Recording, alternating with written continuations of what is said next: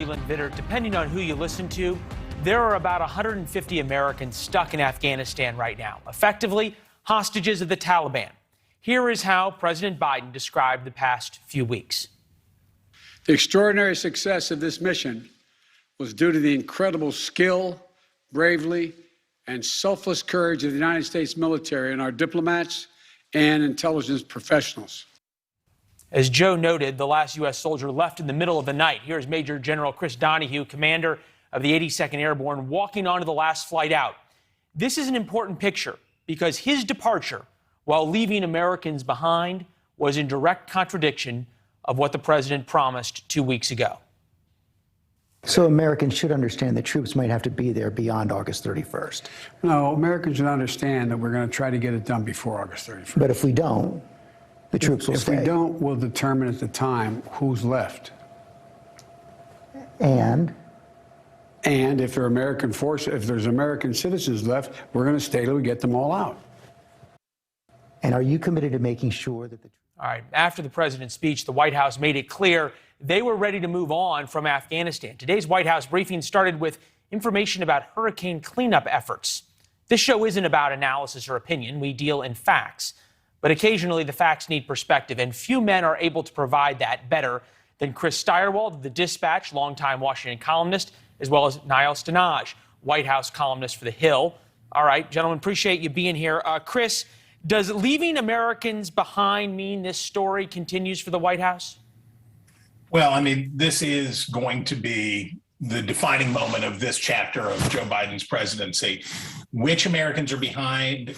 Who wants to get out? Did they try to get out and fail? Did they want to stay? What are their natures? You know, we have a lot of reporters. We have a lot of Afghans who work for American news outlets. There will be continuing reportage going on out of Afghanistan. So the character and nature of those folks will matter.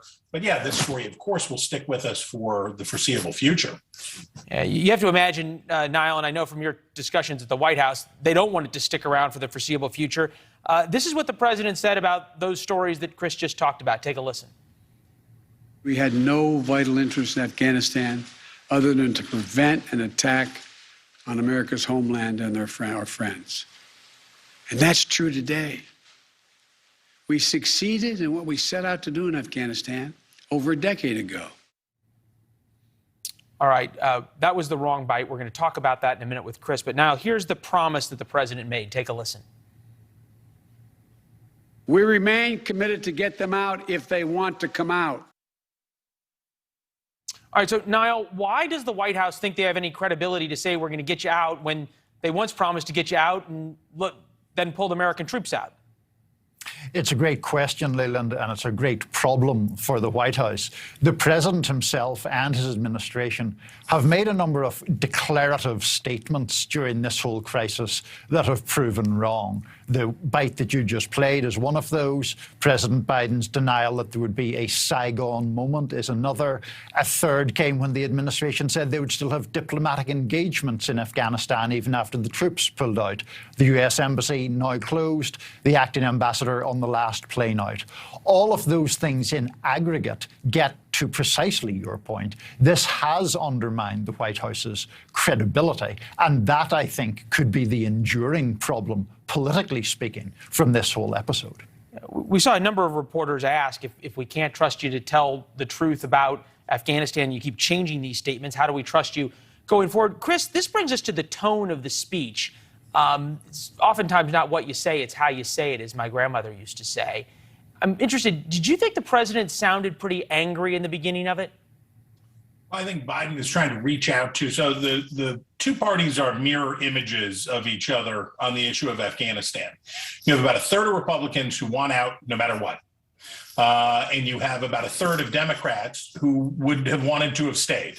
These are rough approximations, but the sort of Trump core supporters inside the Republican Party, folks like Ann Coulter, who today was out praising President Biden, and others saying, this is ugly, but we have to get out of Afghanistan, and this is the price of doing business. Those were the folks in the Republican Party and in the Democratic Party the Bernie Bros and others who Biden was speaking directly to today. That anger was on their behalf because it's not a majority of Americans. The country's pretty evenly divided. About 55% favor staying in Afghanistan, about 45%. Depends on the poll, but the country's pretty evenly divided overall. But for people who care a lot about this issue and withdrawal, they are angry. Biden was trying to speak to them, Trump supporters, Bernie supporters, and all those folks.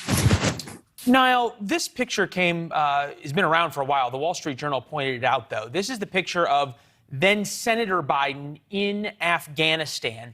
And on that trip, he was with an interpreter, obviously, and the interpreter who helped rescue Biden in 2008 left behind after U.S. exit. He desperately wants to get out.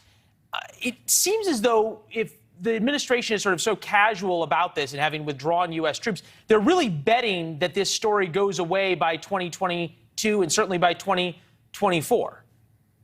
They absolutely are. And I think the point that you mentioned about the interpreter is a really vivid example of the awful human cost here. I mean, there are people who are being left behind in Afghanistan who assisted U.S. forces who are really being abandoned to their fate. Now, as it pertains to American domestic politics, I think you're right. The White House is clearly hoping to turn the page, hoping that voters' memories will fade.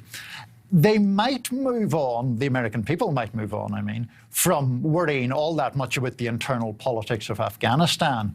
But are they going to forget these heart-wrenching scenes that we've seen in recent weeks? The carnage of the suicide bombing, those desperate Afghans running along, clinging to a U.S. military jet.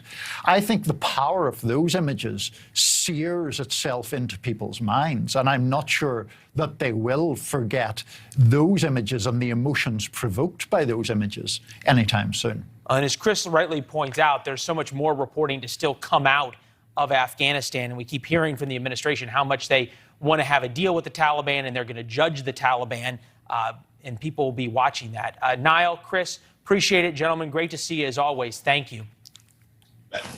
All right. We want to walk you over here.